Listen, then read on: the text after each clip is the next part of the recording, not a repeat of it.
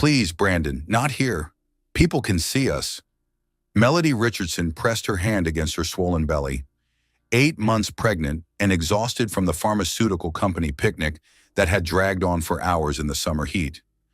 The familiar knot of anxiety twisted in her stomach as she pushed through the glass door of Richardson Family Pharmacy, the bell chiming overhead like a warning. The small-town pharmacy in Millbrook had been her sanctuary since childhood. Uncle Bill had owned it for 20 years, and the familiar smell of antiseptic and vanilla candles usually brought comfort. Today it felt like walking into a trap. Brandon Hartwell stormed in behind her, his expensive suit wrinkled and his face flushed with rage. At 34, her husband commanded respect in boardrooms across the state as CEO of Hartwell Pharmaceuticals. But right now he looked like a petulant child denied his favorite toy. "You embarrassed me," he hissed, grabbing her elbow as she reached for her prenatal vitamins from behind the counter. "Do you have any idea how that looked?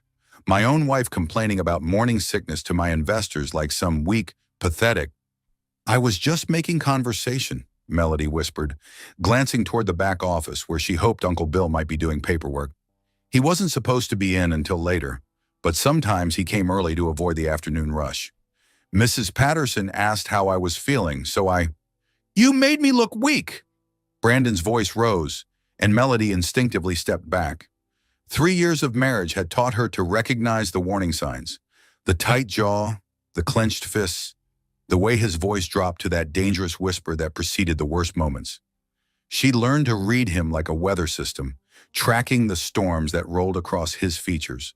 Today's humiliation at the company picnic, where she'd simply mentioned feeling tired to a board member's wife, had been building pressure all afternoon. "Brandon, please." She tried to keep her voice steady, one hand protectively covering her belly. "The baby can hear when you yell. Don't you dare use that baby to manipulate me." He stepped closer, backing her against the pharmacy counter. "You think because you're pregnant, you can say whatever you want? Disrespect me in public?" The familiar fear crept up her spine. This was how it always started: her supposed disrespect, his wounded pride, her desperate attempts to de-escalate. She'd become an expert at managing his moods, walking on eggshells, making herself smaller and smaller until she barely existed outside his shadow.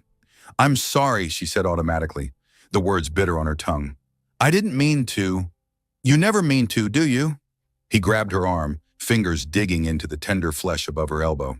"But somehow you always manage to find ways to humiliate me." The bruises from last week's incident were still fading, hidden beneath her long-sleeved blouse despite the July heat. She'd gotten good at concealing the evidence, layering foundation over finger-shaped marks, choosing clothes that covered the places where his anger left its signature. "Let go of me," she said quietly, trying to pull away. The baby shifted inside her, as if sensing the tension. Instead of releasing her, Brandon's grip tightened. His other hand came up fast, connecting with her cheek in a sharp crack that echoed through the empty pharmacy. The force of it sent her stumbling sideways, nearly losing her balance. Her hand flew to her stinging face as tears sprang to her eyes. "Maybe next time you'll think before you open your mouth," he said coldly. That's when she heard the voice from behind them, deep and authoritative and absolutely furious. "Get your hands off my niece." Melody's heart lurched as Senator William Richardson stepped out from the back office. His silver hair perfectly styled despite being 68 years old, his blue eyes blazing with an anger she'd rarely seen. Uncle Bill had always been her protector, the father figure who'd stepped in when her own dad struggled with alcohol, but she'd never seen him look so dangerous. Brandon's hand dropped from her arm as if she'd caught fire. The transformation was instant, the rage melting into practiced charm, the businessman's smile sliding into place like a mask. "Senator Richardson," Brandon said smoothly, extending his hand as if nothing had happened. "I didn't realize you were here. Melody and I were just having a small disagreement about—" "I saw exactly what you were doing," Bill said, ignoring the offered handshake and moving to Melody's side. His weathered hands were gentle as he turned her face to examine the red mark blooming across her cheek. "Are you hurt, sweetheart?" The endearment broke something inside her chest. When was the last time someone had called her sweetheart? When had Brandon stopped using gentle names and started treating her like a business problem to be managed? I'm fine, she lied automatically, but her voice cracked on the words. No, you're not. Bill's voice was steady, but she could feel the tremor of rage underneath. He'd been a small-town pharmacist before entering politics, had seen his share of domestic violence cases, knew how to recognize the signs. Brandon, I think you should leave. Now wait just a minute. Brandon's mask slipped slightly, revealing the calculating mind beneath. I know how this must look, Senator, but you're misunderstanding the situation. Pregnancy hormones make women emotional, and Melody has been under a lot of stress with the baby coming. Don't! Bill's voice cut through Brandon's explanation like a blade. Don't you dare stand in my pharmacy and gaslight my niece after I watched you hit her.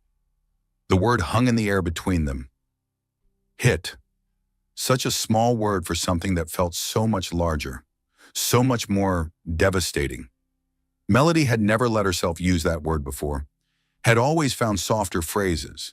He'd gotten upset, he'd lost his temper, they'd had a fight. But Uncle Bill called it what it was. Senator, please, Brandon tried again, his political instincts kicking in. I understand you're concerned, but this is a private family matter. Surely a man in your position understands the importance of discretion. Bill's laugh was harsh. Are you threatening me, son? Of course not. Brandon's smile turned razor sharp. I'm simply reminding you that we're all public figures here. Stories have a way of getting twisted when they reach the media. Your niece wouldn't want to be the center of that kind of attention, would you, Melody? The threat was subtle but unmistakable. Brandon had connections throughout the state, advertisers who could pressure newspapers, business relationships that could destroy political careers. He'd reminded her of his power countless times during their marriage, how easy it would be to ruin anyone who crossed him. But Uncle Bill just smiled, and for the first time in months, Melody felt a flicker of hope. Brandon, he said conversationally, pulling out his cell phone, I want you to listen very carefully. I've been in politics for 15 years. I've seen men like you come and go. Rich, powerful, convinced they're untouchable. But there's one thing you're forgetting. What's that? Brandon's confidence was starting to crack. I don't give a damn about your money or your threats. That's my niece you just assaulted, and I will burn down everything you think makes you powerful before I let you hurt her again. Bill was already dialing, his thumb moving across the screen with practiced ease. Patricia, it's Bill Richardson. I need you at the pharmacy immediately. We have a domestic violence situation that needs medical documentation. Brandon's face went white. You can't be serious. Dr. Patricia Clearwater, Bill explained to Melody, though his eyes never left Brandon's face. She's been the town doctor for 20 years, and she's a mandatory reporter. Once she documents your injuries, this becomes an official matter. Uncle Bill, no, Melody whispered, panic rising in her throat. You don't understand. If this gets out, if there are legal proceedings, then we'll deal with it, Bill said firmly, together, like families should. Brandon was backing toward the door now, his composure finally cracking completely. This is a mistake, Senator, a huge mistake. I have lawyers, connections, resources you can't imagine. I will destroy you for this. You're welcome to try, Bill replied calmly. But first, you're going to leave my pharmacy and stay away from my niece. She's my wife. She's a human being, Bill shot back, and she deserves better than a man who uses his fist to win arguments. For a moment, Brandon looked like he might rush forward, might try to grab Melody again. But the sound of a car door slamming outside made him hesitate. Through the front window, they could see Dr. Clearwater hurrying toward the entrance, her medical bag in hand. Brandon's last look at Melody was pure poison. This isn't over, he said quietly. Not even close. Then he was gone, the pharmacy door slamming behind him hard enough to rattle the windows. Melody sank into the chair beside the prescription counter, her legs suddenly unable to support her weight. The adrenaline was fading, leaving her shaky and nauseous. The baby kicked hard, as if responding to her emotional turmoil. What have we done? She whispered. Uncle Bill knelt beside her chair, taking her hands in his. We've stopped pretending this is normal, sweetheart. We've stopped letting him get away with hurting you. But you don't understand, she said desperately.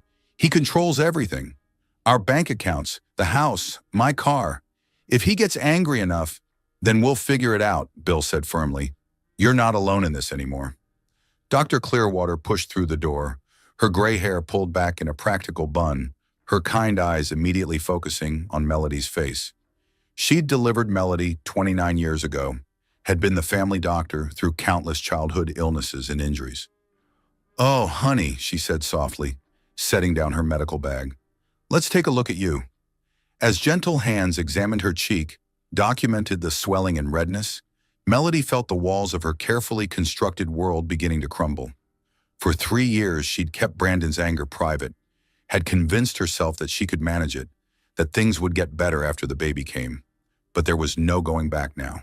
Uncle Bill had seen everything, and Dr. Clearwater was already taking photographs, making notes in her careful handwriting. Soon there would be official reports, legal documents, court proceedings. The secret was out, and Melody had no idea what came next. All she knew was that for the first time in 3 years, someone else was willing to stand between her and Brandon's fury. Someone else was willing to fight, and maybe, just maybe, that would be enough. "Senator, I can explain. This isn't what it looks like." Brandon had returned within 10 minutes, his expensive suit jacket straightened and his politician's smile firmly in place. He'd clearly spent the time in his car making phone calls, probably to his lawyer and his mother, definitely calculating his next move. Dr. Patricia Clearwater didn't even look up from her examination of Melody's cheek. At 45, she'd seen enough domestic violence cases to recognize a perpetrator's damage control when she heard it. "Mr. Hartwell," she said coolly, "I'm going to need you to step back while I complete my medical assessment." "Of course, doctor, I completely understand." Brandon's voice dripped with false concern. "I'm just worried about my wife and our unborn child. This has all been a terrible misunderstanding." Bill Richardson stood up slowly from where he'd been kneeling beside Melody's chair. At 58, he'd maintained the strong build of a man who'd worked with his hands before entering politics. And right now he looked like he was considering putting those hands to use. "The only misunderstanding," Bill said quietly, "is your belief that anyone in this room is stupid enough to believe your act." Brandon's smile tightened almost imperceptibly. "Senator, I know you're upset. Family loyalty is admirable, but perhaps we should discuss this privately, without getting the good doctor involved in what amounts to a personal family matter. It became my involvement the moment you assaulted someone in front of me," Dr. Clearwater said, finally looking up from her examination. She'd been documenting everything, the handprint-shaped redness on Melody's cheek, the way she flinched when touched, the protective way she held her pregnant belly. "I never assaulted anyone," Brandon said smoothly.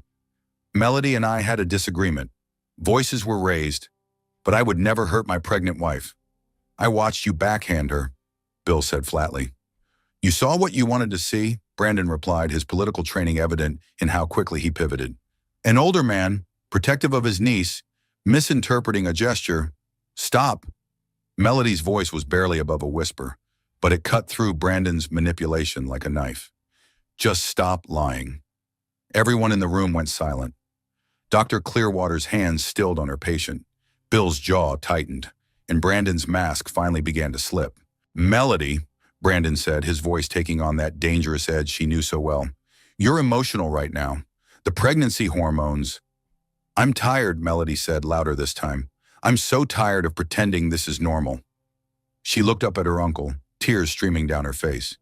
"He hits me, Uncle Bill. Not just today. He's been hitting me for months." The words hung in the air like a confession, like a prayer, like a cry for help that had been building in her chest for so long she'd forgotten what it felt like to breathe freely. Brandon went very still. "Melody, you need to think very carefully about what you're saying."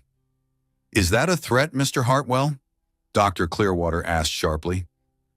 "It's a reminder," Brandon said, his composure cracking further. "My wife is 8 months pregnant. She's under enormous stress. Sometimes people say things they don't mean when they're being abused by their husbands," Bill finished. Brandon whirled on him. "You have no idea what you're interfering with here, old man. I have more lawyers than you have constituents. I have business relationships that could end your political career with a phone call. One word from me, and every pharmaceutical company in the state stops donating to your campaigns." "There it is," Bill said with grim satisfaction. "The real Brandon Hartwell. Not the charming CEO, not the concerned husband, just another bully who thinks money makes him untouchable. Dr. Clearwater was taking notes again, documenting every word of the exchange. As a mandatory reporter, she was required by law to report suspected abuse, but she also knew the value of thorough documentation. "Melody," she said gently, "I need to ask you some questions. When you're ready." Melody nodded, wiping her eyes. The relief of finally telling someone was overwhelming, but so was the terror of what would come next. Brandon wasn't bluffing about his power. He really could destroy careers, end relationships, make life impossible for anyone who crossed him. But as she looked at her uncle's determined face, at Dr. Clearwater's kind but professional demeanor, she realized she wasn't facing this alone anymore. "When did the physical abuse start?" Dr. Clearwater asked. "6 months ago," Melody said quietly. "Right after we found out I was pregnant." Brandon made a sound of protest, but Bill held up a warning hand. "He started getting angry about everything," Melody continued. "Said I was using the pregnancy to manipulate him, to get out of social obligations. The first time he hit me, he said it was my fault for making him lose control." "Classic abuser language," Dr. Clearwater murmured, still writing. "I convinced myself it was just stress," Melody went on. "He was under so much pressure at work, and I thought if I could just be more careful, not upset him." "It's not your fault," Bill said firmly. "None of this is your fault." Brandon finally exploded. "This is ridiculous. I work 60-hour weeks to provide for my family. I give her everything she could possibly want. If I occasionally lose my temper—" "You don't lose your temper," Melody said, finding her voice again. "You choose to hurt me. There's a difference." "How dare you?" "How dare I what?" Melody stood up slowly, one hand on her back for support. "Tell the truth. Stop covering for you. Stop pretending that your anger is my responsibility." For the first time since she'd known him, Brandon looked genuinely shaken. He was used to her compliance, her desperate attempts to placate him. This new Melody, the one with witnesses and support, was unfamiliar territory.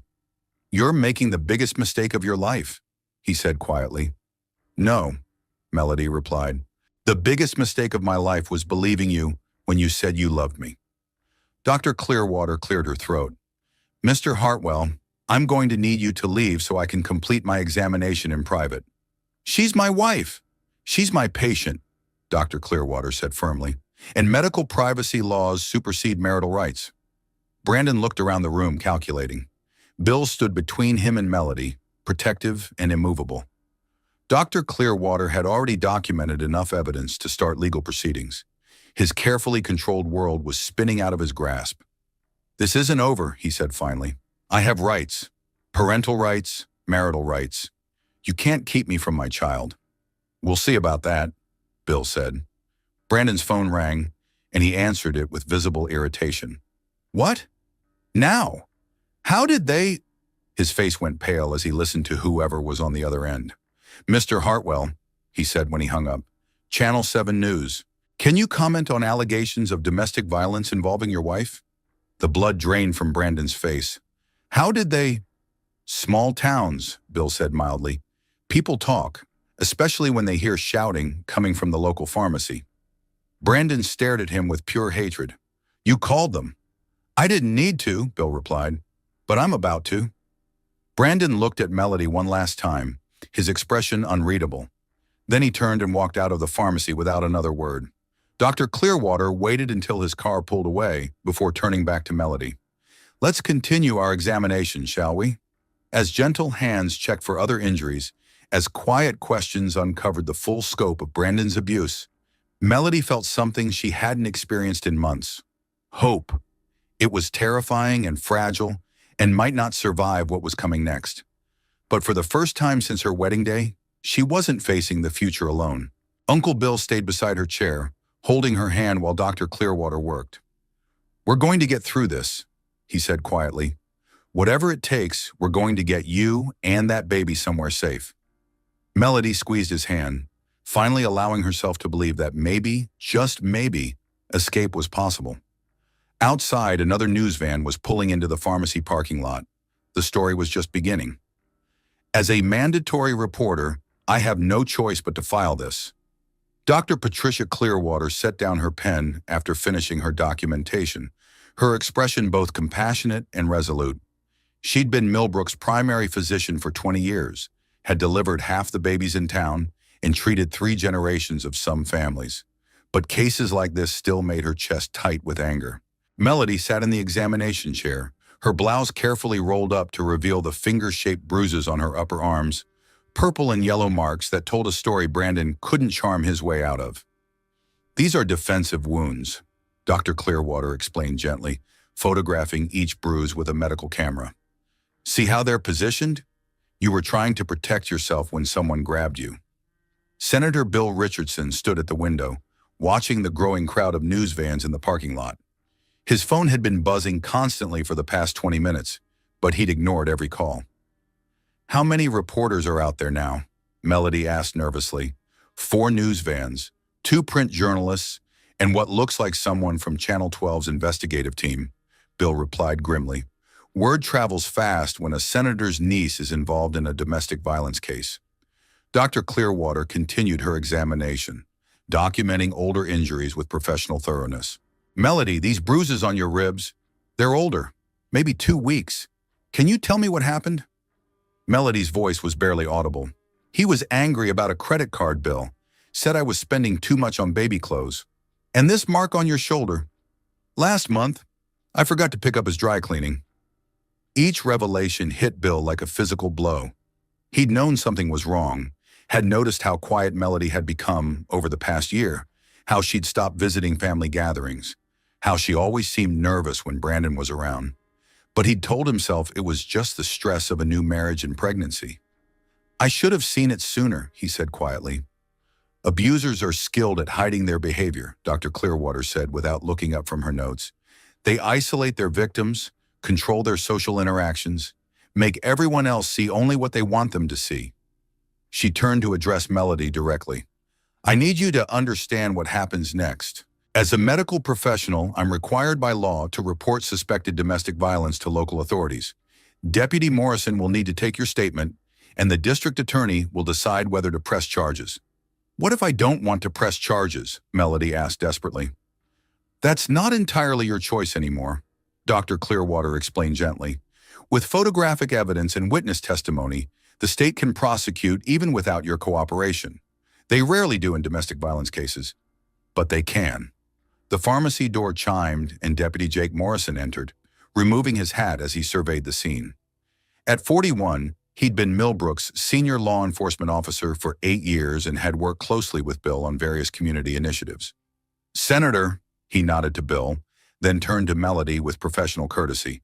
Ma'am, Dr. Clearwater called and said you might need some assistance. Jake, this is my niece, Melody Hartwell, Bill said. She's been assaulted by her husband, and we have medical documentation and eyewitness testimony. Deputy Morrison pulled out a notebook, his expression growing serious. Mrs. Hartwell, I need to ask you some questions about what happened today. But first, do you feel safe right now? Is there any immediate threat? I don't know, Melody said honestly. Brandon was angry when he left, really angry. And when he gets like that, he escalates, Bill finished.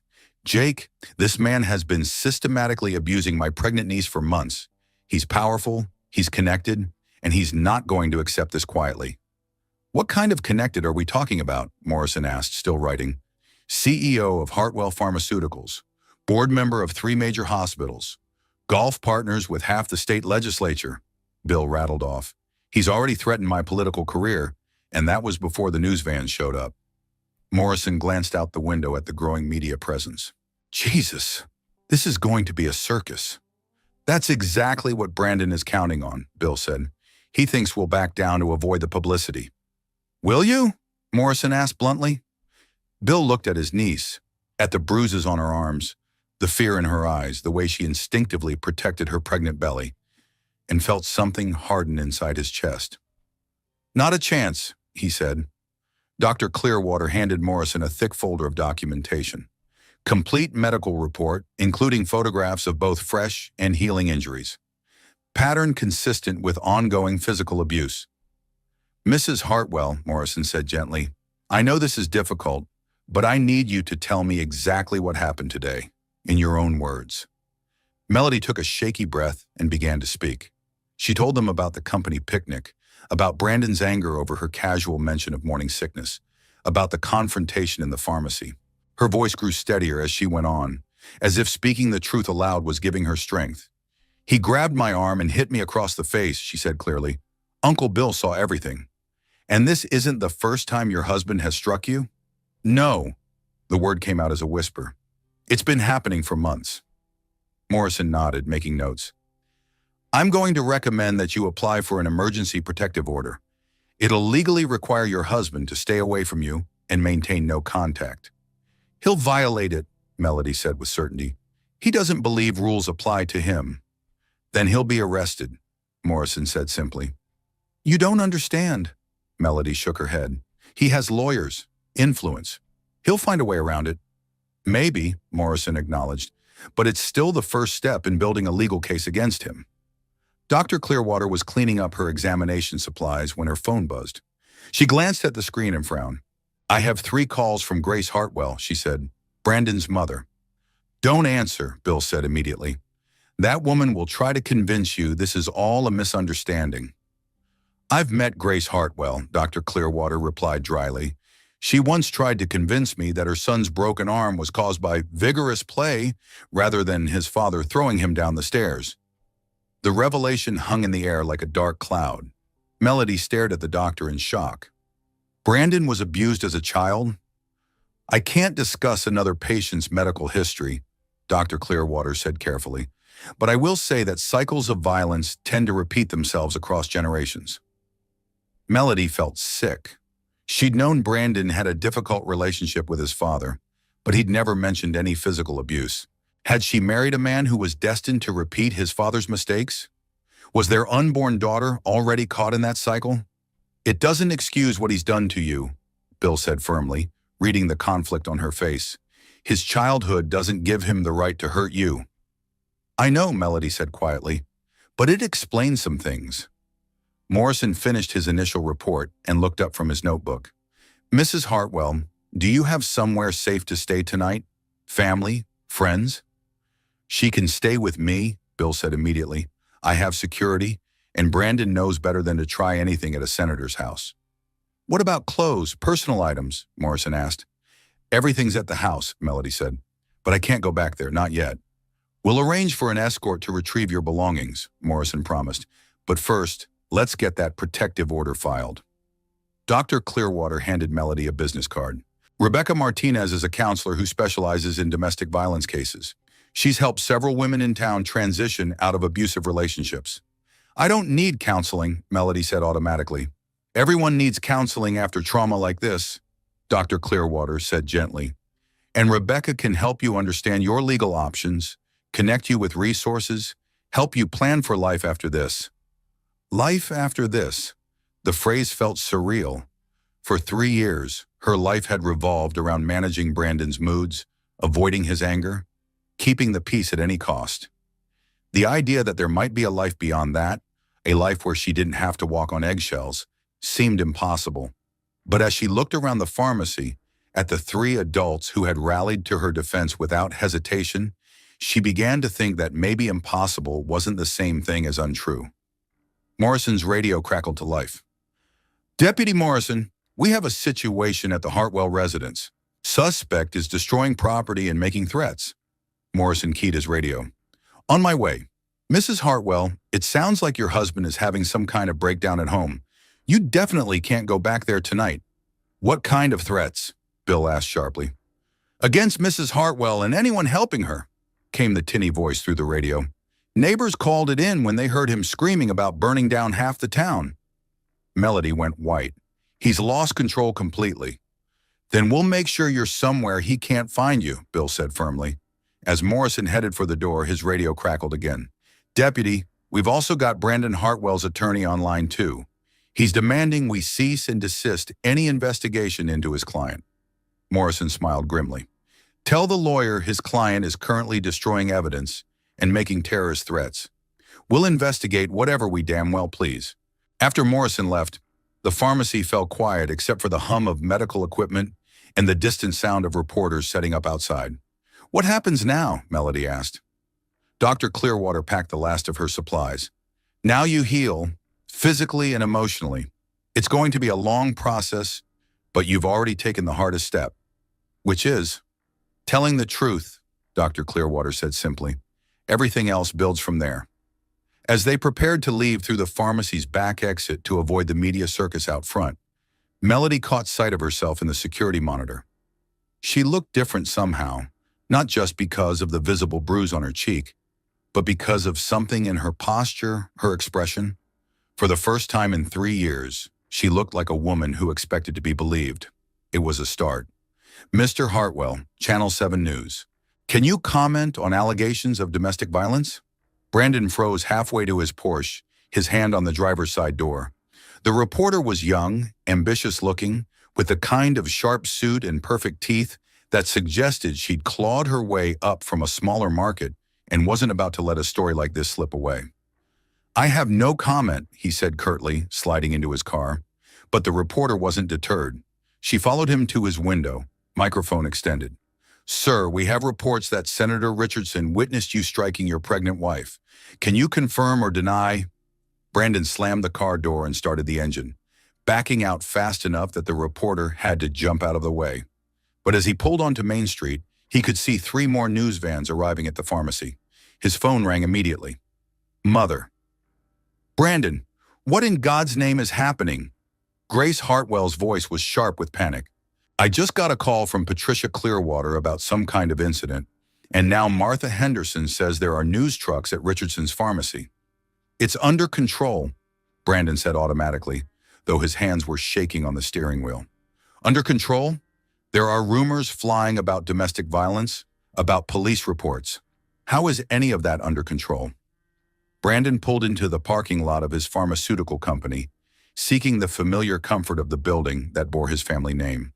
Hartwell Pharmaceuticals had been his grandfather's legacy, his father's empire, and now his kingdom. Here, at least, he was still untouchable. "Mother, listen to me carefully," he said, activating the Porsche's Bluetooth. Melody had some kind of emotional breakdown at the pharmacy. Pregnancy hormones, you know how women get. She started making accusations. "What kind of accusations?" "She claims I hit her," which is ridiculous, of course. "But that old fool Richardson saw us having an argument and completely misinterpreted the situation." There was a long pause. Grace Hartwell had spent 40 years as the wife of a powerful man, had learned to read between the lines of carefully worded explanations. "Brandon," she said slowly, "please tell me you didn't actually strike your pregnant wife in public." "I never struck anyone," Brandon said, the lie coming easily. "But Senator Richardson is spinning this into some kind of political theater. He's called the media. He's got that doctor filing reports. Dr. Clearwater is filing medical reports. Mother, you need to help me handle this. Call Patricia, convince her this is all a misunderstanding. Call Judge Stone, she owes our family favors. Call—" "I'll handle Patricia," Grace interrupted. "But Brandon, you need to be very careful here. If this becomes a legal matter—" "It won't," Brandon said firmly. "Melody loves me. She's just confused right now, overwhelmed by the pregnancy. Once she calms down, she'll remember what's at stake." What was at stake was everything. The pharmaceutical company that employed 300 people in Millbrook, the house on Elm Street that had been in his family for 4 generations, the political connections that had taken years to cultivate, the reputation that opened doors throughout the state.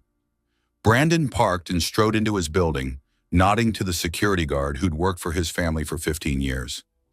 Here, surrounded by the symbols of his success, the morning's events felt surreal. How could his carefully ordered world be threatened by something as simple as a slap? He'd barely settled behind his mahogany desk when his assistant knocked. "Mr. Hartwell, your attorney is here. He says it's urgent." David Walsh had been the Hartwell family lawyer for 20 years, a sharp-dressed man in his 50s who specialized in making problems disappear quietly and expensively. "Brandon," Walsh said without preamble, "we have a situation." "I'm aware of the situation. That's why I pay you to handle these things." Walsh sat down heavily in the leather chair across from Brandon's desk. This isn't some business dispute we can settle with a check. Your wife has medical documentation of injuries. Senator Richardson is an eyewitness. The media is already calling it a story about domestic violence among the political elite. So we discredit them, Brandon said impatiently. Richardson is a small-town politician looking for attention. Melody is an emotional pregnant woman. Dr. Clearwater is a family friend who can be reasoned with. Have you considered the possibility that you might actually be guilty? Walsh asked bluntly. Brandon's expression went cold. I'm paying you to represent me, not to judge me. I'm trying to keep you out of prison, Walsh shot back. Because if this goes to trial, if they have photographs and witness testimony and a sympathetic victim, Melody won't testify against me, Brandon said confidently. She knows what would happen to her, to the baby, if I go down. Walsh stared at him for a long moment. Are you threatening your own wife? I'm stating facts. Our entire lifestyle depends on my income, my reputation, my business relationships. If I'm destroyed by this, so is she. She's not stupid. She'll figure that out. But even as Brandon said the words, he felt a flicker of uncertainty. The Melody he'd seen in the pharmacy wasn't the compliant woman he'd married. She'd looked at him with something he'd never seen before. Not fear, not submission, but disgust. Walsh's phone buzzed, and he glanced at the screen. Channel 7 wants a statement from you. So does the Tribune, the Herald, and 3 political blogs. Give them the standard response. Family privacy, no comment, blah, blah, blah. Brandon, that's not going to work here. Senator Richardson is already talking to reporters. He's calling this a matter of public safety, saying that powerful men who abuse their wives need to be held accountable, regardless of their political connections.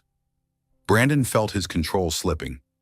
Richardson was supposed to be a small-town pharmacist playing at politics, not a serious threat. But the old man was proving more formidable than expected. What do you recommend? He asked finally. Full damage control. We get ahead of the story, control the narrative. You make a public statement expressing concern for your wife's mental health during this difficult pregnancy. You suggest she's having some kind of breakdown, that you're seeking professional help for her. Make her look crazy. Make her look unstable, Walsh corrected. Pregnancy hormones, postpartum depression starting early, emotional volatility. We plant the idea that her accusations aren't reliable. Brandon considered this. It was elegant, actually, turning Melody's pregnancy into a weapon against her credibility. Pregnant women were emotional, everyone knew that. Hormones made them unpredictable, prone to exaggeration and false memories. Do it, he said. Walsh made notes on his legal pad. We'll also need to address Richardson. A sitting senator accusing you of domestic violence carries weight. We need to find something to discredit him. His business relationships, Brandon said immediately. Richardson's pharmacy gets most of its supplies through contracts with pharmaceutical companies. My pharmaceutical company. Economic pressure? Exactly. And his campaign contributors, several of them do business with Hartwell Pharmaceuticals. Make sure they understand what's at stake here. Walsh looked uncomfortable. Brandon threatening a sitting senator? I'm not threatening anyone. I'm simply making sure everyone understands the economic realities of the situation. But Brandon's phone was already ringing with the first of what would be many difficult calls. His board of directors, his business partners, his political allies. Everyone wanted answers. Everyone wanted assurance that this scandal wouldn't touch their own interests. Brandon, it's Tom Michaels from the hospital board, the first caller said. We're getting calls from reporters asking about your position here. What should we tell them? Tell them it's a private family matter that's been blown out of proportion. But if there are criminal charges, there won't be criminal charges, Brandon said firmly. My wife is having emotional problems due to her pregnancy. Once she gets proper medical attention, this will all be cleared up. But even as he made the calls, even as he activated his network of allies and influence, Brandon could feel the ground shifting beneath his feet.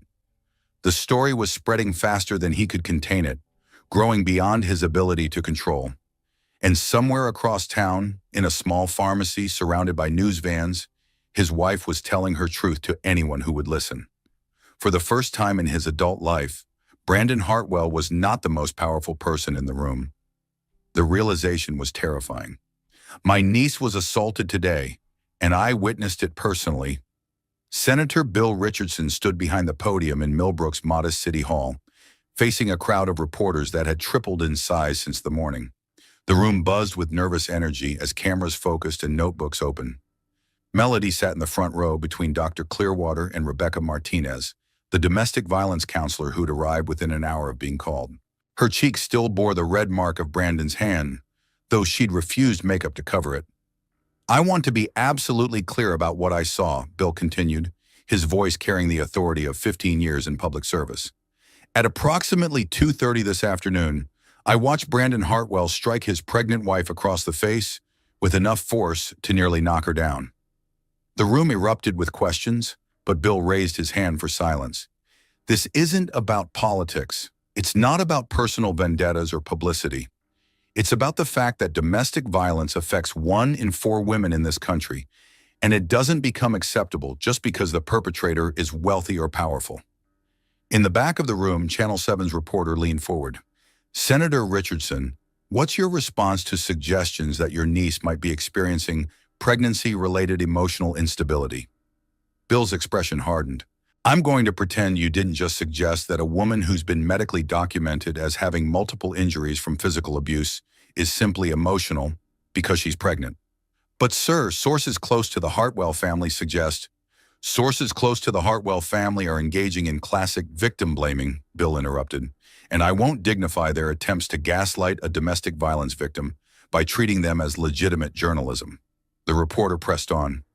Mr. Hartwell's attorney has indicated they'll be seeking medical evaluation of Mrs. Hartwell's mental state. Then they'll be disappointed when they discover she's completely lucid, entirely credible, and telling the truth about being systematically abused by her husband. Melody felt a surge of gratitude toward her uncle. For months, Brandon had convinced her that she was overreacting, that her perceptions couldn't be trusted, that she was too emotional to think clearly.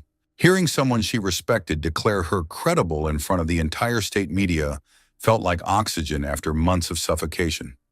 Senator, called out a reporter from the Tribune, what's your response to concerns that this will damage your political career? Bill looked directly into the cameras. If standing up for domestic violence victims damages my political career, then I'm proud to have that political career damaged. The statement would be replayed on news broadcasts across the state within the hour. Rebecca Martinez squeezed Melody's hand. At 38, she'd been counseling domestic violence survivors for a decade and recognized the signs of a woman taking her first steps toward freedom. How are you feeling? Rebecca whispered. Terrified, Melody admitted, but also lighter somehow. Like I've been holding my breath for 3 years and I'm finally exhaling. On the podium, Bill was fielding questions about domestic violence resources and legal protections. But Melody's attention was caught by movement at the back of the room. Brandon's mother, Grace Hartwell, pushing through the crowd of reporters with the determination of a woman on a mission. Grace was an elegant 62-year-old who'd spent 4 decades as the wife of a powerful businessman and knew how to command a room. She was impeccably dressed despite the short notice, her silver hair perfectly styled, her expression carefully controlled. Senator Richardson, Grace called out, her voice cutting through the murmur of conversation. Might I have a word? The room went silent. Everyone recognized her. Grace Hartwell was a fixture on hospital boards and charity committees, a woman whose opinion carried weight in social circles throughout the state. Mrs. Hartwell, Bill said carefully, I don't think this is the appropriate venue. I think it's exactly the appropriate venue, Grace replied, moving toward the front of the room. Since you've chosen to make my family's private business a public spectacle. Melody felt her stomach clench with familiar anxiety. Grace had always been polite but cold, treating her like an employee who'd been promoted beyond her qualifications. Now, with her son's reputation at stake, Melody suspected that politeness was about to disappear. My daughter-in-law is 8 months pregnant, Grace announced to the room. She's under enormous stress, dealing with hormonal changes that can affect judgment and perception. Any medical professional will tell you that pregnancy can cause emotional volatility, even hallucinations in extreme cases. Mrs. Hartwell, Dr. Clearwater stood up from her seat. I've examined your daughter-in-law thoroughly. Her injuries are real, documented, and consistent with physical abuse. Patricia, you've known our family for years, Grace said, switching to a more personal approach. You know Brandon isn't capable of violence. He's a devoted husband and father-to-be. Whatever Melody thinks happened, I don't think anything happened, Melody said quietly, finding her voice. I know what happened. Your son hit me. He's been hitting me for months. Grace turned to face her, and for a moment, Melody saw something flicker in the older woman's eyes. Not surprise, but something else. Something that looked almost like recognition. Sweetheart, Grace said, her voice taking on a maternal tone. You're clearly overwhelmed. The pregnancy, the stress of Brandon's demanding career. Sometimes our minds play tricks on us when we're under pressure. My mind isn't playing tricks, Melody replied. Your son is an abuser. The words hung in the air like an accusation. Grace's composure finally cracked slightly. How dare you, she said, her voice low and dangerous. How dare you sit there and destroy my son's reputation with lies and exaggerations? Do you have any idea what you're throwing away? The life he's provided for you? The future he's building for your child? The future where he teaches our daughter that it's normal for men to hit women? Melody asked. Brandon would never hurt a child. He hurts me, Melody said simply. I'm carrying his child. If he'll hit a pregnant woman, what makes you think he'll stop there? The question seemed to hit Grace like a physical blow. She stared at Melody for a long moment, and something shifted in her expression. You don't understand, Grace said finally. Men like Brandon, men with power and responsibility, sometimes they need outlets for their stress. That doesn't mean they're monsters. The statement sent a chill through the room. Dr. Clearwater shook her head in disgust, and several reporters began writing furiously. Mrs. Hartwell, Bill said carefully, are you suggesting that domestic violence is an acceptable outlet for stress? Grace seemed to realize what she'd said, how it sounded. Of course not. I'm simply saying that marriage is complicated, that sometimes people misinterpret. There's no misinterpretation of a hand across the face, Rebecca Martinez said firmly. Grace looked around the room, realizing she was losing ground. This is a family matter that should be handled privately, with counseling and support, not public humiliation. Family matters become public matters when they involve criminal assault, Bill replied. Grace's phone buzzed, and she glanced at it with visible irritation. Then her expression changed, becoming almost panicked. What is it? Someone called out. Grace looked up from her phone, her face pale. Brandon's been terminated by his board of directors, effective immediately. The room erupted with new questions, but Grace was already pushing toward the exit. Her composure finally shattered completely. As the crowd began to disperse, Rebecca Martinez helped Melody toward the side door, where Bill's car was waiting. What happens now? Melody asked. Now you go somewhere safe and rest, Rebecca said. Tomorrow we start building your new life. Will it get easier? Rebecca smiled sadly. Eventually, but first it gets harder, much harder. Are you prepared for that? Melody looked back at the city hall where reporters were still conducting interviews and cameras were still rolling. Her story was out there now, beyond Brandon's ability to control or contain. I don't have a choice anymore, she said, and I'm glad. As they drove away from the media circus, Melody felt the baby kick hard against her ribs, as if responding to her mother's newfound determination. Tomorrow would bring new challenges, new battles, new attempts by Brandon to regain control. But tonight, for the first time in 3 years, Melody Richardson Hartwell was sleeping somewhere her husband couldn't reach her. It was a start. If you lose this baby because of him, he'll never forgive himself. Or you. Grace Hartwell's words echoed in Melody's mind as another contraction gripped her abdomen at 2:30 in the morning. She was in Bill's guest bedroom, but the familiar pain had woken her from restless sleep. Uncle Bill, she called out, trying to keep the panic from her voice. He appeared in the doorway within seconds, still in his clothes from the press conference.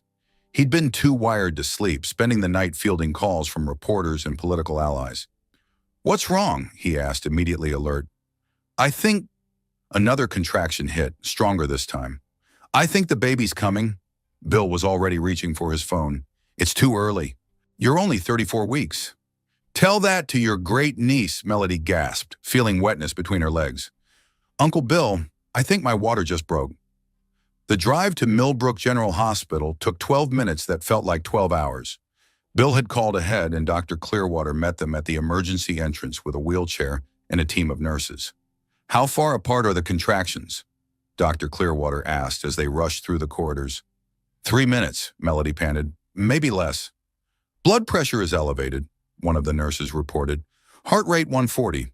"Stress-induced preterm labor," Dr. Clearwater muttered, pushing the wheelchair faster. "Get Dr. Martinez from obstetrics down here immediately."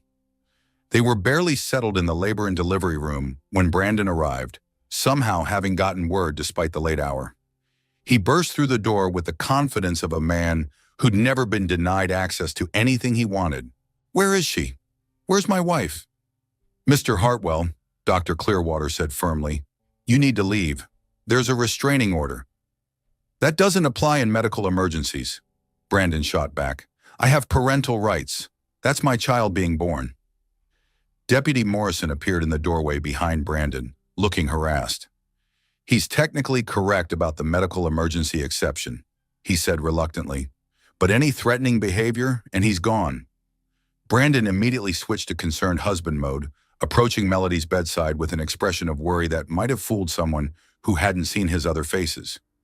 "Sweetheart, are you okay? I came as soon as I heard." "Stay away from me," Melody said through gritted teeth as another contraction hit. "Melody, please. You're having our baby. Whatever's happened between us, whatever misunderstandings—" "There's no misunderstanding," she said fiercely. "You hit me, and now our daughter is coming 6 weeks early because of the stress you've caused." The obstetrics specialist, Dr. Sarah Martinez, entered with an ultrasound machine. "Mrs. Hartwell, I need to check the baby's position and heart rate." As the doctor worked, the room filled with the rapid thump, thump, thump of a tiny heartbeat. The sound made everything real in a way that months of pregnancy hadn't quite managed. "Heartbeat is strong," Dr. Martinez reported. "Baby's head down. Good position for delivery. But at 34 weeks, we're looking at potential lung development issues." "What does that mean?" Brandon demanded. "It means your daughter will likely need time in the NICU," Dr. Martinez explained patiently. "Premature babies often have breathing difficulties, feeding problems. She'll need specialized care." "This is your fault," Brandon said suddenly, whirling on Bill, who'd been standing quietly by the window. "Your publicity stunt, dragging our private business into the media. You've endangered my child." "I endangered your child?" Bill's voice was dangerously quiet. "You're the one who's been beating her mother." "I never beat anyone," Brandon exploded, his mask slipping completely. "I'm tired of this narrative, this victimization fantasy." "Security," Dr. Clearwater called into her radio. "I need security in labor and delivery room 3 immediately." But Brandon wasn't finished. "Melody, you need to stop this nonsense right now.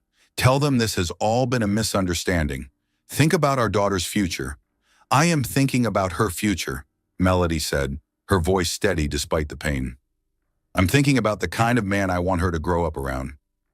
"I'm her father." "Then act like it," Melody shot back. "Stop trying to control everyone and everyone around you and focus on what your daughter needs." Hospital security arrived, 2 large men in uniform who positioned themselves on either side of Brandon. "Sir, you need to calm down or we'll have to remove you," one of them said. Brandon looked around the room, clearly calculating his options. For once in his adult life, his money and connections couldn't get him what he wanted. The hospital had policies about disruptive behavior, and domestic violence restraining orders carried weight even in medical settings. "Fine," he said finally, "but I want to be notified immediately when the baby is born. I want to be involved in all medical decisions." "That will depend on the circumstances," Dr. Martinez said diplomatically. As Brandon reluctantly left with the security guards, the atmosphere in the room noticeably relaxed. Melody's blood pressure began to drop, and the contractions became more manageable. "Better?" Dr. Clearwater asked gently. "Much," Melody admitted. "I didn't realize how tense I was until he left." "Stress absolutely affects labor and delivery," Dr. Martinez explained. "Your body was responding to a perceived threat." Over the next 4 hours, as dawn broke outside the hospital windows, Melody labored with the support of her uncle, Dr. Clearwater, and Rebecca Martinez, who'd arrived to provide emotional support during the birth. I can see her head, Dr. Martinez announced. One more push, Melody. Emma Grace Richardson Hartwell entered the world at 6:47 a.m., weighing 4 pounds 2 ounces, and immediately began crying with impressive lung power for such a tiny person. She's beautiful, Dr. Martinez said, quickly checking the baby's reflexes and breathing. But we need to get her to the NICU for monitoring. Melody got only a brief glimpse of her daughter, a red, wrinkled, impossibly small person with dark hair and Brandon's determined chin, before the neonatal team whisked her away to the specialized care unit. Is she going to be okay? Melody asked, suddenly exhausted. She's a fighter, Dr. Martinez said with a smile. 6 weeks early, but breathing on her own, good muscle tone, strong cry. I've seen much worse outcomes from preterm deliveries. Bill squeezed his niece's hand. She's got Richardson's stubbornness. She'll be fine. But their moment of peace was interrupted by commotion in the hallway. Through the partially open door, they could see Brandon arguing with hospital administrators, his voice rising as he demanded access to the NICU. That's my daughter in there. I have rights. Sir, your wife has specifically requested that you not be given access to the baby, came the patient response from hospital security. She's not thinking clearly. She just gave birth. She's emotional. Mr. Hartwell. Dr. Martinez stepped into the hallway, her voice carrying professional authority. Your daughter is stable but premature. She needs a calm environment for optimal development. I cannot allow disruptive behavior in my NICU. I'm not being disruptive. I'm being a father. Fathers don't terrorize their children's mothers, Bill said, appearing beside Dr. Martinez. Brandon's face went red with fury. You sanctimonious old bastard! This is all your fault. My daughter wouldn't be fighting for her life if you hadn't. Your daughter is fighting because you created so much stress for her mother that she went into preterm labor, Dr. Martinez interrupted. And if you continue this behavior, I'll have you banned from this hospital entirely. The threat seemed to penetrate Brandon's rage. He looked around at the faces surrounding him, medical professionals, security guards, his former uncle-in-law, and realized he was completely outgunned. This isn't over, he said quietly. I'll get custody. I'll get my daughter away from all of you. We'll see about that, Bill replied. As Brandon finally left the hospital, Melody closed her eyes and tried to focus on the most important thing. Somewhere in this building, her daughter was breathing and growing and getting stronger. Everything else would have to wait, but as she drifted towards sleep, she could hear her uncle making phone calls in the hallway, his voice low but determined. The battle for Emma's future was just beginning. She's beautiful, but she's too small. We need to get her to the NICU immediately. Dr. Sarah Martinez's words echoed in Melody's mind as she was wheeled through the hospital corridors toward the neonatal intensive care unit 6 hours after giving birth. The brief glimpse she'd gotten of Emma Grace, a tiny, perfect face surrounded by medical equipment, had both thrilled and terrified her. The NICU was a maze of incubators, monitors, and quietly efficient nurses. Emma lay in an isolette that looked enormous compared to her 4-pound, 2-ounce frame, connected to wires that monitored her heart rate, breathing, and oxygen levels. She's doing remarkably well for 34 weeks, explained Jenny Walsh, the NICU nurse who'd been assigned to Emma's care. Breathing on her own, good reflexes, strong appetite, we're mainly monitoring for feeding issues and temperature regulation.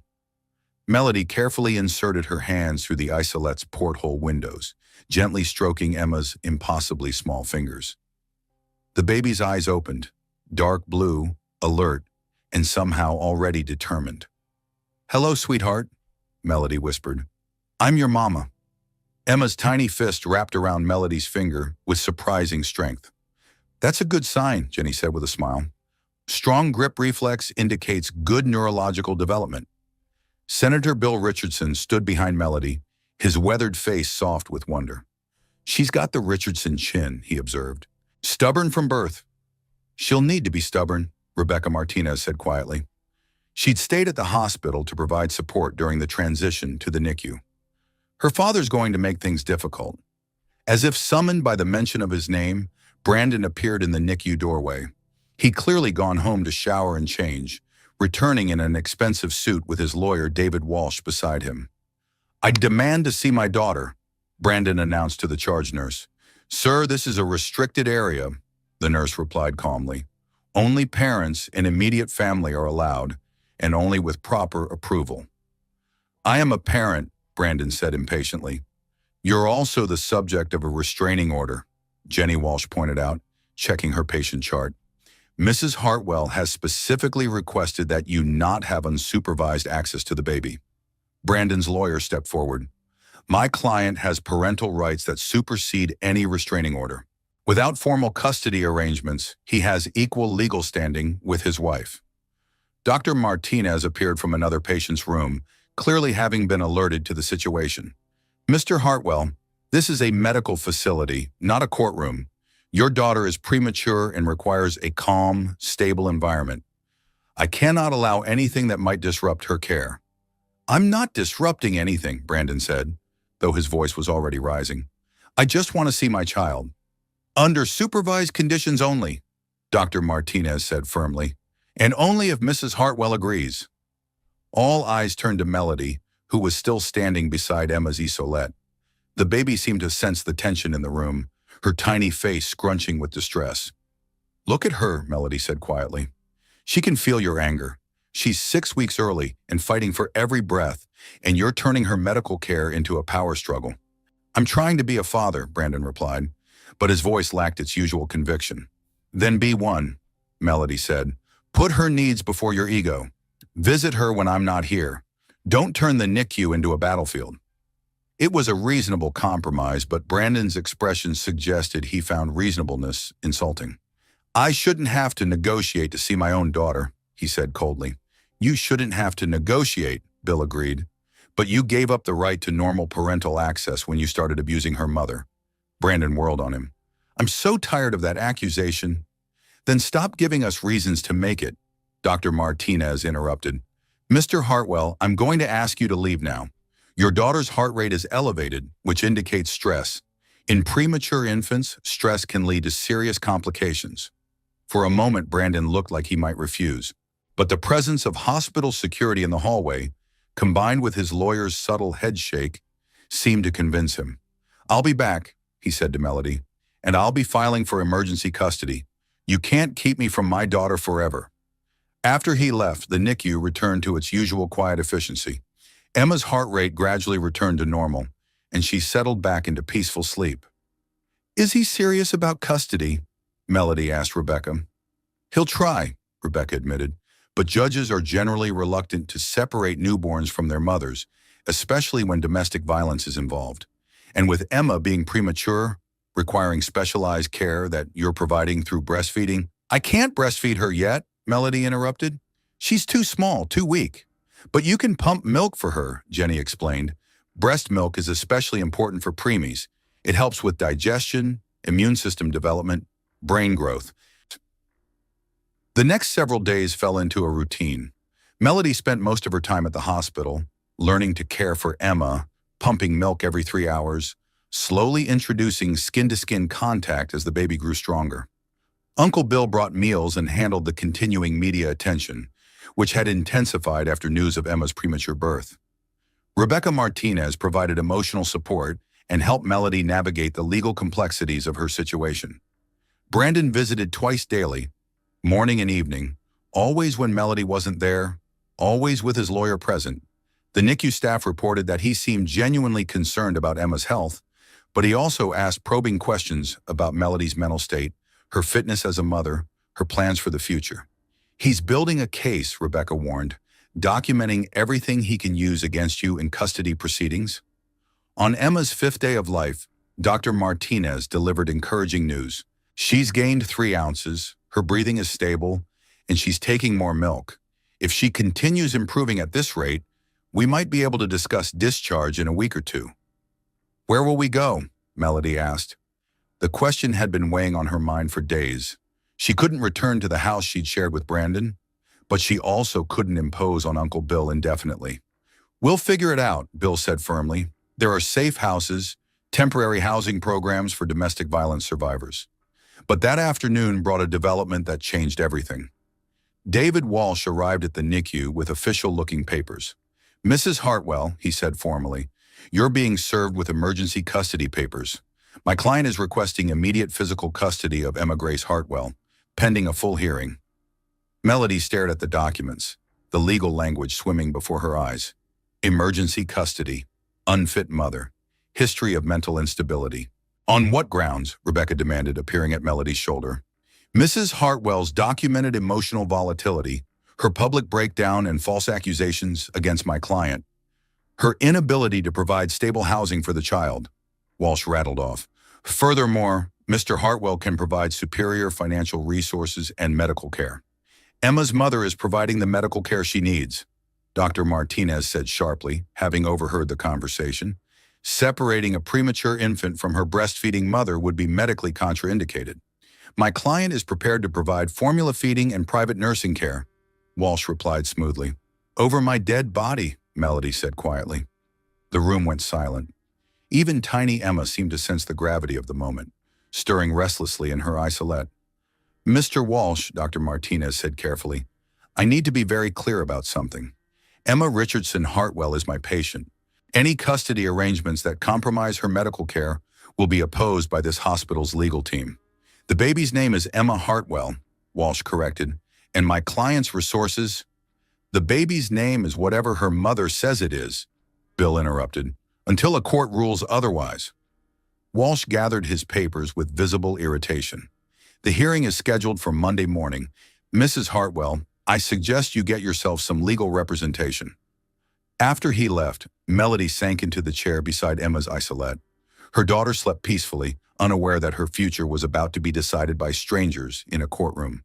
I can't lose her, Melody whispered. You won't, Rebecca said firmly.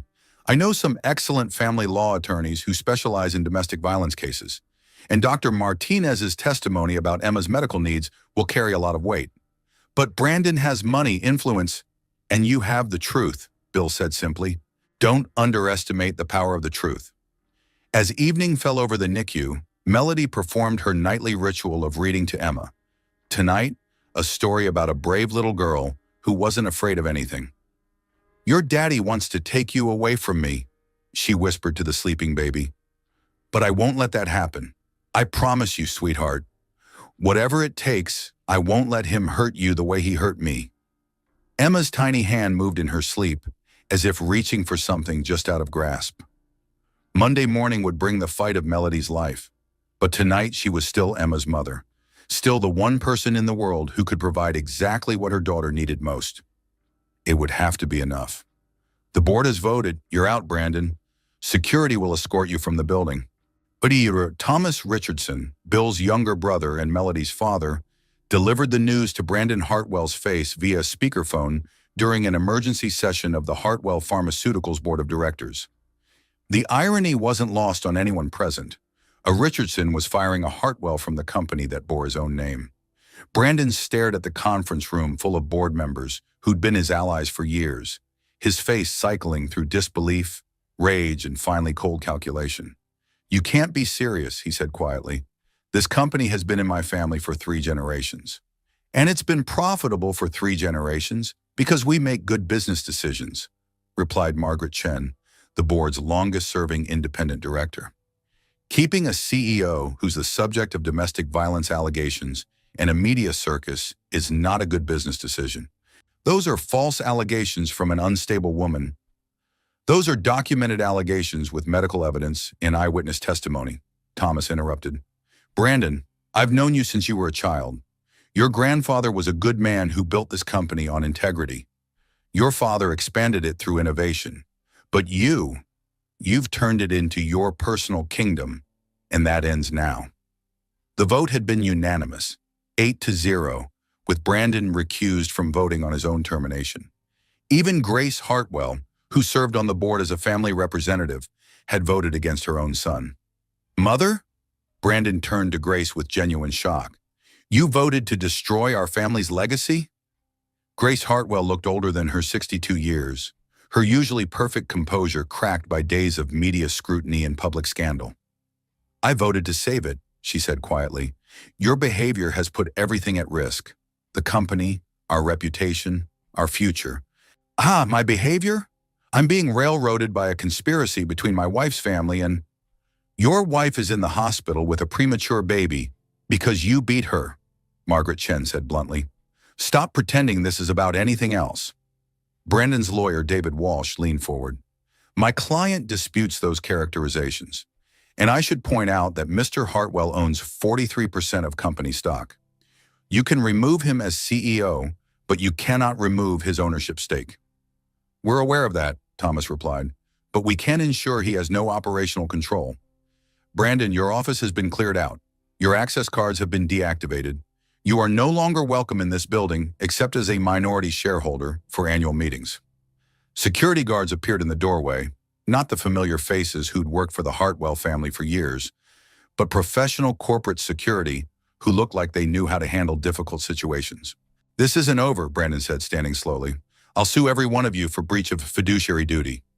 You're welcome to try, Margaret Chen replied, but I think you'll find that protecting the company from a CEO embroiled in criminal domestic violence charges is exactly what fiduciary duty requires.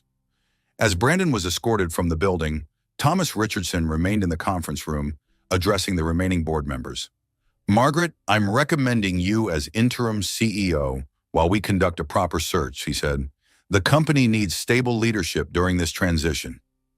What about Brandon's stock position? Asked another board member. 43% gives him significant influence even without operational control. We'll deal with that as it comes up, Thomas replied. For now, the priority is protecting our employees, our customers, and our reputation. Meanwhile, across town at the hospital, Melody was learning about Brandon's termination from Rebecca Martinez, who'd been monitoring the situation as part of her comprehensive support for domestic violence survivors. He's been fired? Melody asked, adjusting the breast pump that had become a constant companion over the past week. Emma was now 7 days old and slowly gaining weight, but she still required round-the-clock medical monitoring. Unanimously, Rebecca confirmed. Your father cast the deciding vote. My father was there? Rebecca nodded. He's been a board member for 5 years, representing the Richardson family's pharmaceutical interests. Apparently, he and your uncle have been quietly building opposition to Brandon for months. Melody felt a complex mix of emotions. Her relationship with her father had been strained since her marriage to Brandon. Thomas Richardson was a recovering alcoholic who'd struggled with his own demons, and Brandon had systematically isolated Melody from her family over the past 3 years. But knowing that he'd stood up for her when it mattered felt like a small healing in an old wound. What does this mean for the custody hearing? Melody asked. It helps, Rebecca admitted. Brandon's argument that he can provide superior financial stability just took a major hit. Unemployed men don't typically win custody battles against employed mothers, but their conversation was interrupted by commotion in the NICU hallway. Through the glass doors, they could see Brandon arguing with hospital security, his face red with fury. That's my daughter in there. I have every right to see her. Dr. Martinez appeared, her expression stern. Mr. Hartwell, you were specifically told that visits are by appointment only, during designated hours. I just lost my job because of lies spread by this family, Brandon snarled, gesturing toward the NICU. I'm not going to lose my daughter too. Sir, you're creating a disturbance in a medical facility, the security guard said firmly. I need you to calm down or leave the premises. I don't need to calm down. I need to see my child. Inside the NICU, Emma began to cry, a thin, distressed wail that immediately brought Jenny Walsh rushing to her esaulette. Her vitals are spiking, Jenny called out. Heart rate, respiration, blood pressure. Melody was at Emma's side instantly, her hands through the porthole windows, gently stroking the baby's impossibly small chest. Shh, sweetheart. Mama's here. She can hear him, Dr. Martinez said grimly, watching Emma's monitors. The stress is affecting her. In the hallway, Brandon's voice was rising. You people are keeping me from my daughter. This is parental alienation, and I'll sue every one of you. Mr. Hartwell, Dr. Martinez stepped into the hallway, her voice carrying the authority of 15 years in neonatal medicine. Your daughter is a 34-week preemie who weighs 4 pounds. Stress can cause apnea, feeding problems, developmental delays. If you continue this behavior, I will have you banned from this hospital entirely. You can't ban a father from seeing his child. I can and I will if your presence threatens my patient's health, Dr. Martinez replied coolly. Emma's well-being is my only concern here. Brandon looked past her into the NICU, where Melody was softly singing a lullaby to calm Emma. The baby's cries were subsiding, her vitals slowly returning to normal as her mother's voice soothed her. Something shifted in Brandon's expression. Not softness exactly, but a kind of calculating recognition. He was seeing, perhaps for the first time, the bond between his wife and daughter that he'd been trying to break. "Fine," he said quietly. "I'll come back during visiting hours. But this isn't over. Monday morning, I'm getting custody of my daughter, and then we'll see who has parental rights." As he left, the NICU returned to its usual calm efficiency, but Emma remained fussy, her tiny body still processing the stress of the confrontation. "Is she going to be okay?" Melody asked anxiously. "Preemies are resilient," Jenny assured her, "but they're also incredibly sensitive to environmental stress. The calmer we can keep things, the better for her development." That evening, as Melody was preparing to leave the hospital for a few hours of rest at Uncle Bill's house, Rebecca Martinez approached with sobering news. "I've been in touch with the family law attorney who will be representing you Monday, Sarah Chen. She's Margaret Chen's daughter and specializes in domestic violence custody cases." "What did she say about our chances?" Rebecca hesitated. "Brandon's lost his job, which helps, but he still has significant assets, family money, connections. And his lawyer is very good at making abused women look unstable." "What do you mean?" "He'll argue that your false accusations show you're vindictive and willing to lie to hurt him, that your public breakdown demonstrates emotional instability, that your inability to provide stable housing makes you an unfit mother." Melody felt her heart sink. "And what do we argue?" "The truth," Rebecca said simply, "that you're a loving mother who's been systematically abused, that Emma is thriving in your care, that separating a breastfeeding mother from her premature infant would be medically harmful." "Will that be enough?" "I don't know," Rebecca admitted, "but it's what we have." That night, unable to sleep despite her exhaustion, Melody found herself back at the hospital at 2 a.m, sitting beside Emma's isolette in the quiet NICU. "Your daddy thinks he can take you away from me," she whispered to the sleeping baby. "He thinks his money and his lawyers can break us apart." Emma stirred in her sleep, one tiny hand reaching toward her mother's voice. "But he doesn't understand something," Melody continued. "I'm not the same woman who married him 3 years ago.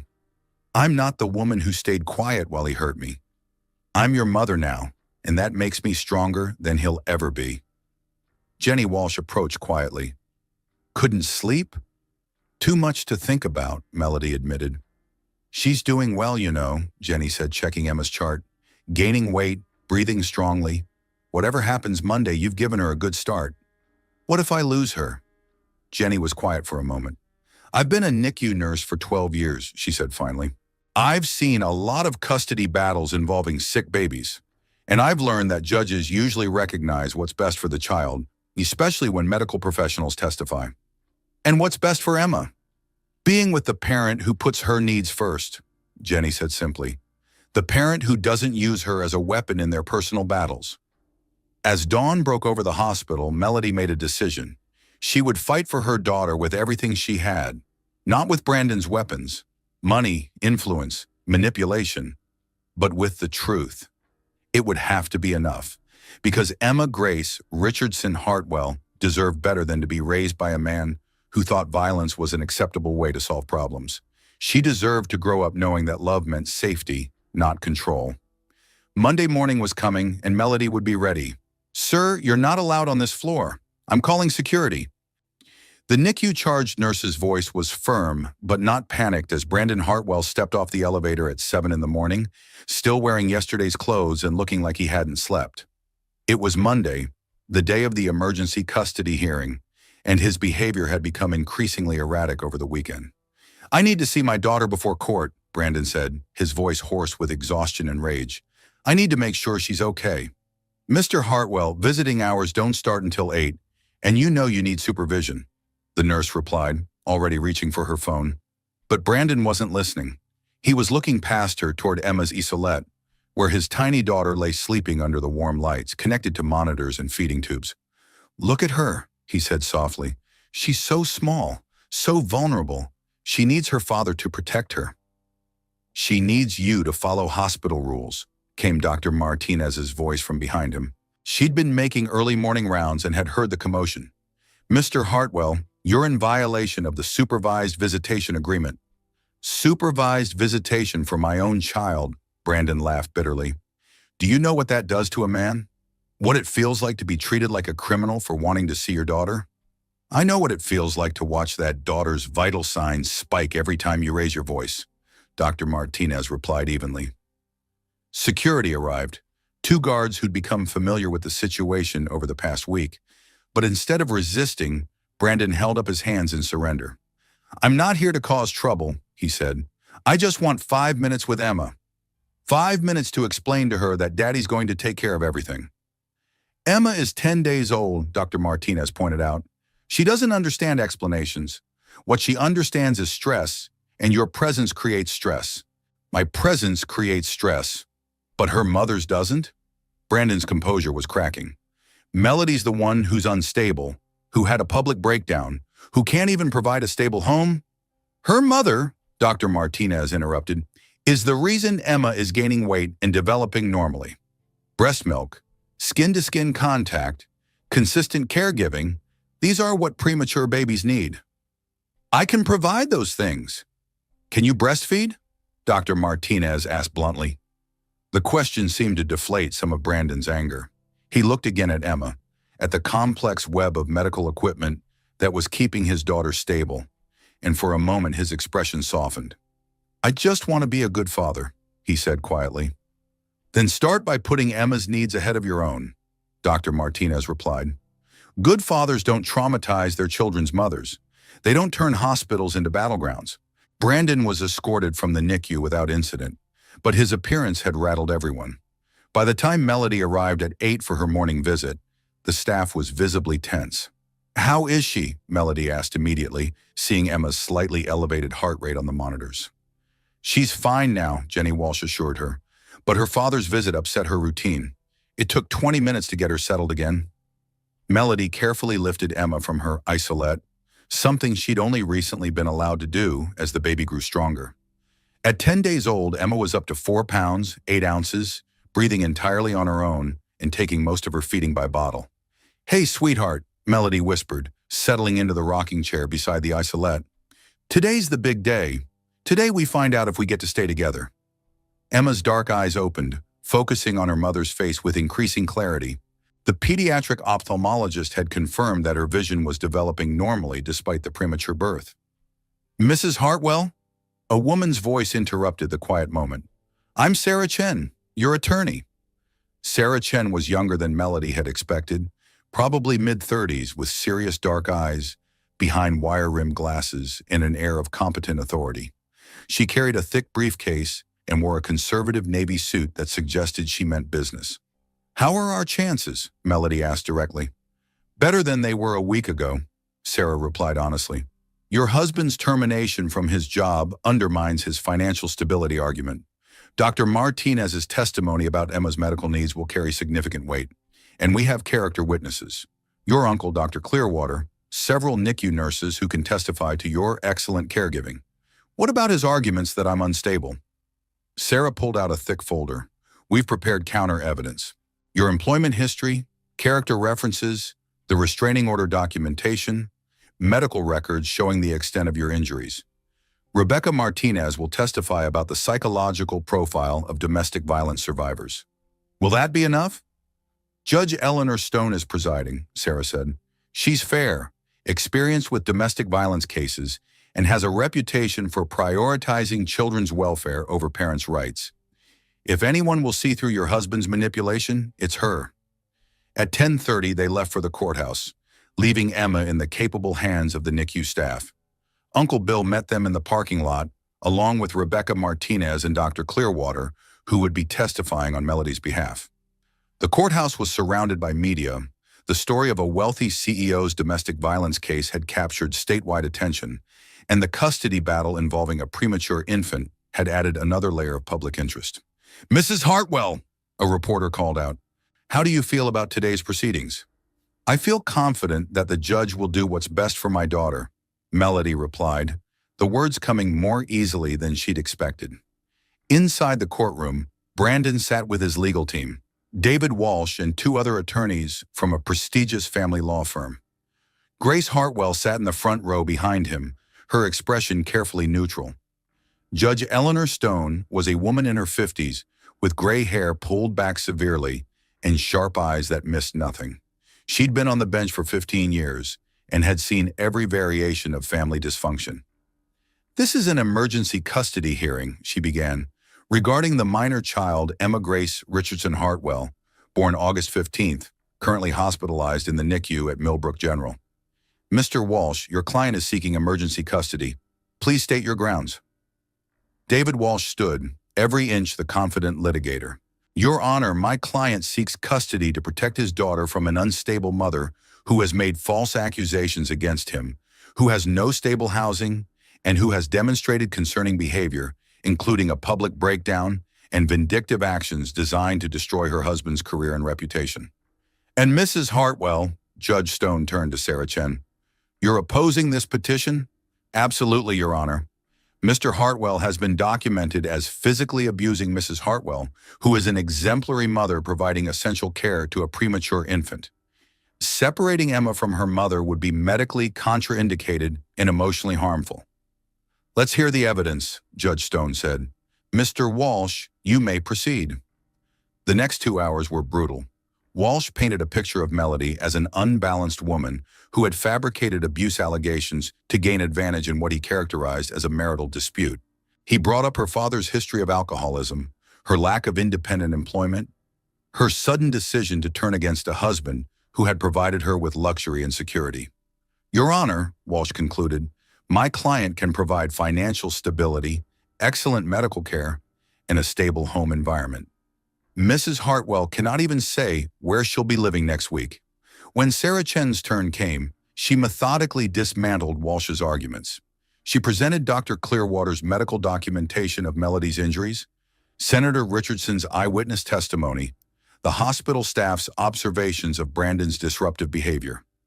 "Your Honor," Sarah said, "this case isn't about financial resources or housing arrangements. It's about the welfare of a premature infant who needs her mother's care to thrive. Emma Richardson Hartwell is gaining weight, developing normally, and bonding with her mother. Mr. Hartwell's pattern of domestic violence and his recent erratic behavior make him unsuitable for custody of any child, much less a medically vulnerable premature infant." The most powerful moment came when Dr. Martinez testified about Emma's medical needs. "Premature infants require consistency, calm environments, and specialized care," she explained. "Mrs. Hartwell has been exemplary. She's here 16 hours a day. She's learned every aspect of Emma's care. She provides breast milk, which is crucial for premature infant development. Separating them would be medically harmful." "What about Mr. Hartwell's ability to care for the child?" Walsh asked on cross-examination. "Mr. Hartwell's presence consistently elevates Emma's stress indicators," Dr. Martinez replied bluntly. "Heart rate, blood pressure, breathing patterns, they all become irregular when he visits. Premature infants are extremely sensitive to environmental stress." Judge Stone listened to everything with an impassive expression, taking notes occasionally but giving no indication of her thinking. Finally, she called for a brief recess and retired to her chambers. Melody sat in the hallway with her supporters, trying not to think about the possibility of losing Emma. "Whatever happens," Uncle Bill said quietly, "we'll fight it. This isn't over, even if she rules against us." But when Judge Stone returned, her expression was stern and her decision was clear. "Having reviewed the evidence and testimony," she said, "I find that Mr. Hartwell has not met the burden of proof required for emergency custody modification. The current arrangement, with Emma in her mother's care, serves the child's best interests." Brandon shot to his feet. "Your Honor, this is outrageous."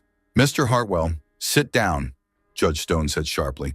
"Furthermore, I am extending the existing restraining order to include the minor child. Any contact between Mr. Hartwell and Emma will be supervised and scheduled through the court. You can't deny me access to my own daughter. I can and I will if your behavior continues to pose a threat to her welfare. This hearing is adjourned." As the courtroom cleared, Melody felt a profound sense of relief wash over her. Emma would stay with her, would continue receiving the care she needed, would be protected from Brandon's volatility. But Brandon's parting words hissed at her as he passed, reminded her that this victory was only the beginning. "This isn't over, Melody. I'll appeal. I'll fight this. I'll make sure you regret every lie you've told about me." "I know," she replied quietly, "but Emma's safe, and that's all that matters." Outside the courthouse, facing the media again, Melody felt different, stronger, like a woman who had fought for what mattered most and won. "What's next for you and Emma?" a reporter asked. "We're going home," Melody said simply. "We're starting our new life." It wasn't going to be easy. Brandon would appeal, would continue fighting, would use every resource at his disposal to try to regain control. But Emma Grace Richardson Hartwell was going home with her mother, and for now that was enough. "Guilty on all counts, Mr. Hartwell. You'll serve 18 months and surrender all parental rights." Judge Eleanor Stone's words echoed through the packed courtroom 6 months later as Brandon Hartwell stood at the defendant's table, his expensive suit unable to disguise the defeat in his posture.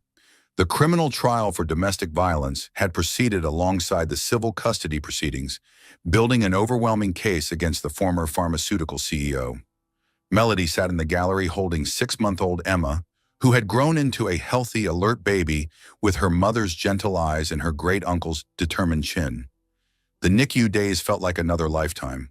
Emma now weighed 15 pounds and was meeting all her developmental milestones. The jury had deliberated for only 90 minutes before returning with guilty verdicts on charges of domestic assault, criminal threatening, and violation of a protective order. The evidence had been overwhelming. Medical documentation, eyewitness testimony from Senator Richardson, hospital security footage of Brandon's increasingly erratic behavior, and testimony from 3 other women who had come forward with their own stories of abuse at Brandon's hands. "Your Honor," Brandon's attorney tried one final appeal, "my client requests leniency based on his history of community service. And, Mr. Walsh," Judge Stone interrupted, "your client systematically abused his pregnant wife, terrorized her family members who tried to help her, and used his wealth and position to try to escape accountability. The only reason he's not facing more serious charges is prosecutorial discretion." Behind Melody, Uncle Bill squeezed her shoulder. At 59, the senator looked older than his years. The past 6 months of media attention and legal battles had taken their toll, but his voice was steady as he whispered, "It's finally over." But Brandon wasn't finished. As the bailiff approached to escort him from the courtroom, he turned to look directly at Melody and Emma. "This won't hold," he said quietly. "I'll appeal. I'll get new lawyers. "Mr. Hartwell," Judge Stone said sharply, "you are in contempt of court. Any further outburst will result in additional charges." As Brandon was led away, Melody felt Emma stir in her arms. The baby looked around with curious eyes, taking in the crowded courtroom, the flashing cameras visible through the windows, the sense of momentous change in the air. "What do you think, sweetheart?" Melody whispered. "Ready to go home?" Home was a small apartment across town that Melody had been renting with money from a part-time job at Richardson Family Pharmacy. It wasn't much. 2 bedrooms, basic furniture, a kitchen barely big enough for 2 people. But it was theirs. No one could take it away. No one could use it as leverage. No one could make them afraid to be there. Outside the courthouse, the media circus that had surrounded the case for months was reaching its final act. Reporters crowded around as Melody emerged with Emma, but the questions felt different now, less intrusive, more respectful. "Mrs. Richardson Hartwell, how do you feel about the verdict?" Melody paused on the courthouse steps, considering her words carefully. She dropped Hartwell from her name months ago, returning to her maiden name and giving Emma the hyphenated surname that honored both sides of her heritage while distancing them from Brandon's legacy. "I feel relieved," she said finally, "not because I wanted revenge against my ex-husband, but because this verdict sends a message that domestic violence has consequences, regardless of how wealthy or powerful the abuser might be." "What's next for you and Emma?" "We're going to focus on healing and building our new life," Melody replied. "I'm starting a support group for domestic violence survivors, and I've been asked to speak at conferences about recognizing the warning signs of abuse." It was true. Over the past months, as her story had gained national attention, Melody had discovered an unexpected calling as an advocate for other abuse survivors. She'd testified before the state legislature about the need for better protective services, had worked with Rebecca Martinez to develop new protocols for identifying domestic violence in medical settings, and had received hundreds of letters from women who said her courage had inspired them to seek help for their own situations. Any message for other women who might be in similar situations? Melody looked down at Emma, who was reaching for her mother's face with chubby fingers. The message is that you're not alone, she said. There are people who will believe you, who will help you, who will stand with you when you're ready to fight back. And your children deserve to grow up in homes where love means safety, not fear. As the crowd began to disperse, Rebecca Martinez approached with a warm smile. How does it feel to be completely free? Terrifying, Melody admitted with a laugh. For the first time in years, I get to make my own choices about everything. Where to live, what to do with my time, how to raise Emma. Sometimes I wake up in a panic thinking I've forgotten to ask Brandon's permission for something. That's normal, Rebecca assured her. Recovery from systematic control takes time, but you're doing beautifully. Dr. Clearwater joined them, looking pleased but tired. At 46, she'd become something of a celebrity herself for her role in documenting Melody's injuries and advocating for better domestic violence protocols in medical settings. Emma looks wonderful, she observed, gently examining the baby's bright eyes and healthy color. Hard to believe she was ever that tiny preemie fighting for every breath. She's a Richardson, Uncle Bill said proudly, approaching with Melody's father, Thomas. The two brothers had grown closer over the months of supporting Melody through the legal proceedings, and Thomas had been sober for 8 months, the longest stretch in years. Dad, Melody said warmly, shifting Emma so her grandfather could see her better. Want to hold your granddaughter? Thomas took Emma with the careful reverence of a man who'd missed too much of his own daughter's childhood, but was determined not to miss his granddaughter's. Emma gurgled happily, grabbing at his shirt buttons. She's going to be a heartbreaker, he said softly. Strong like her mama. Strong like her whole family, Bill corrected. She's got Richardson's stubbornness and determination. Nothing will stop this little girl from becoming whatever she wants to be. As they walked toward the parking garage, Melody reflected on how much had changed in 6 months. Brandon was facing prison time and would emerge to find his business empire dismantled, his reputation destroyed, his access to Emma permanently severed. Grace Hartwell had quietly moved to Florida, telling reporters that she needed time to reassess her family's values. But the changes in Melody's own life were even more profound. She'd discovered strengths she never knew she possessed, had found her voice as an advocate and survivor, had built a network of supportive relationships that had nothing to do with wealth or social status. Melody, Rebecca said as they reached their cars, I have something to tell you. The State Domestic Violence Coalition wants to offer you a full-time position as a survivor advocate. It would involve traveling, speaking at conferences, training law enforcement and medical professionals. That sounds amazing, Melody said, then hesitated. But Emma would come with you, Rebecca smiled. They understand that you're a package deal, and the salary is enough to provide real financial independence. Financial independence. The phrase felt surreal. For 3 years, every dollar she'd spent had been monitored, every purchase questioned, every financial decision subject to Brandon's approval. The idea of earning her own money, making her own choices, building her own future, was both thrilling and intimidating. I'll think about it, she said. That evening, back in their small apartment, Melody gave Emma her bottle while watching the news coverage of the verdict. The story had made national headlines. Wealthy CEO convicted of domestic violence. Senator's niece wins justice. Abuse survivor becomes advocate. Look, Emma, she said softly, pointing at the television. That's us. That's our story. Emma was more interested in her bottle than current events, but she looked up at her mother with trusting eyes that seemed to say everything would be okay. You know what I realized today? Melody continued, settling into the rocking chair they'd bought secondhand but refinished together. I spent 3 years walking on eggshells, trying to predict your father's moods, trying to prevent his anger. And now I get to spend the rest of my life teaching you that you don't have to walk on eggshells for anyone. The apartment was quiet except for the soft sounds of Emma nursing and the distant hum of traffic. It wasn't the mansion she'd lived in as Brandon's wife, but it felt more like home than anywhere she'd been in years. The next morning brought a knock at the door, a delivery of flowers from Uncle Bill with a note that read, "For the strongest woman I know and the most beautiful great niece in the world." But the real surprise came in the afternoon, a phone call from a woman in Colorado who'd seen the news coverage. "Mrs. Richardson," the voice was hesitant, nervous. "My name is Linda. I saw you on the news and I think I might be in a situation like yours was. My husband, he doesn't hit me, but he controls everything, and I'm scared, and I don't know what to do." Melody looked at Emma, who was napping peacefully in her crib, and felt a sense of purpose settle over her like a warm blanket. "Linda," she said gently, "you called the right person. Let's talk."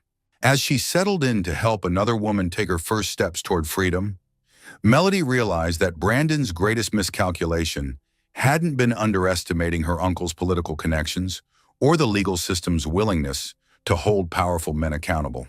His greatest miscalculation had been thinking that breaking her would make her weak. Instead, it had taught her exactly how strong she could be. And that strength, that hard-won knowledge of her own resilience, was the most valuable inheritance she could give to Emma, Grace Richardson Hartwell. 6 months later, a reporter would ask Melody if she ever regretted speaking out, if the price of justice had been worth paying.